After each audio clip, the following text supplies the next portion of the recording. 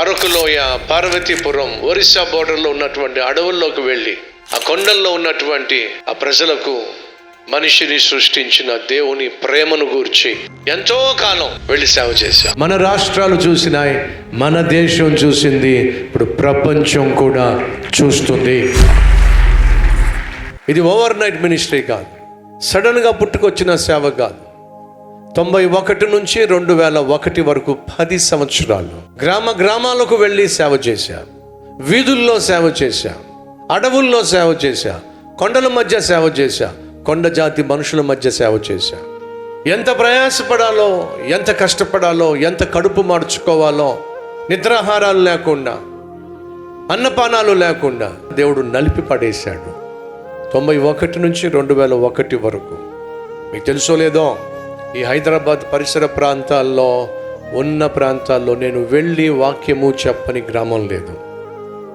చుట్టూ ఉన్న ప్రాంతం ప్రతిరోజు సాయంత్రం నేను కల్వరి టీం కలిసి ప్రతి గ్రామానికి వెళ్ళాం. తెలిసిన సత్యాన్ని లోకానికి తెలియచేసే ప్రయత్నం చేశాం.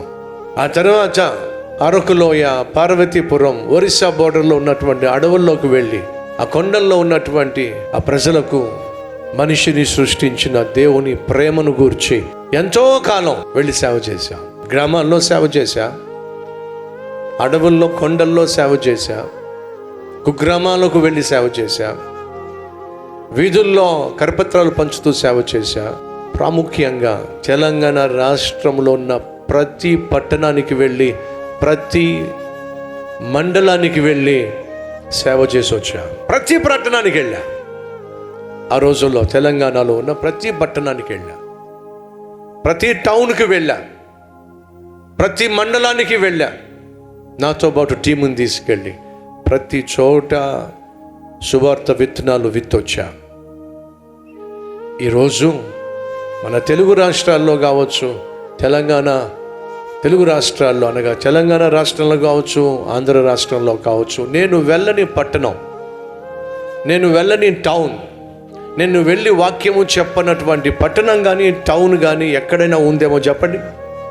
ప్రతి పట్టణానికి వెళ్ళా, ప్రతి టౌన్కు వెళ్ళా. దానికి ముందు 10 సంవత్సరాలు ఎన్ని గ్రామాలకు వెళ్ళగలగాలో అన్ని గ్రామాలకు వెళ్ళా. ఎంత దూరం వెళ్ళాలో అంత దూరం వెళ్ళా.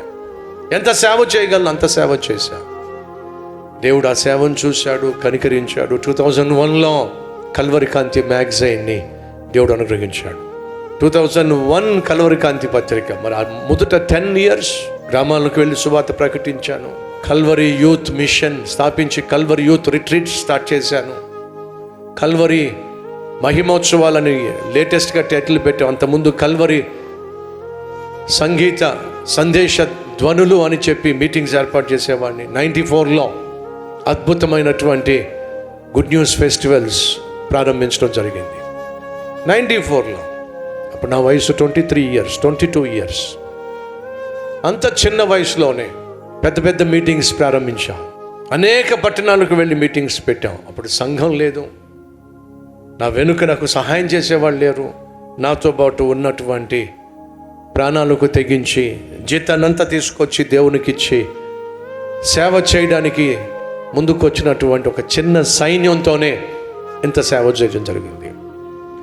సో 2001లో కల్వరి కాంతి, 2003లో కల్వరి స్వరం, 2005లో కల్వరి టెంపుల్ దేవుడు ప్రారంభించాడు. ఇక ఆ తర్వాత ఏ రీతిగా దేవుడు అంచెలంచెలుగా ఈ పరిచర్ను క్రమముగా దేవుడు ఆశీర్వదిస్తూ వచ్చాడో మన రాష్ట్రాలు చూసినాయి, మన దేశం చూసింది, ఇప్పుడు ప్రపంచం కూడా చూస్తుంది. సో సంగమ మన జీవితంలో దేవుడు మనల్ని ఎలా ఆశీర్వదించాలనుకుంటున్నాడంటే స్టెప్ బై స్టెప్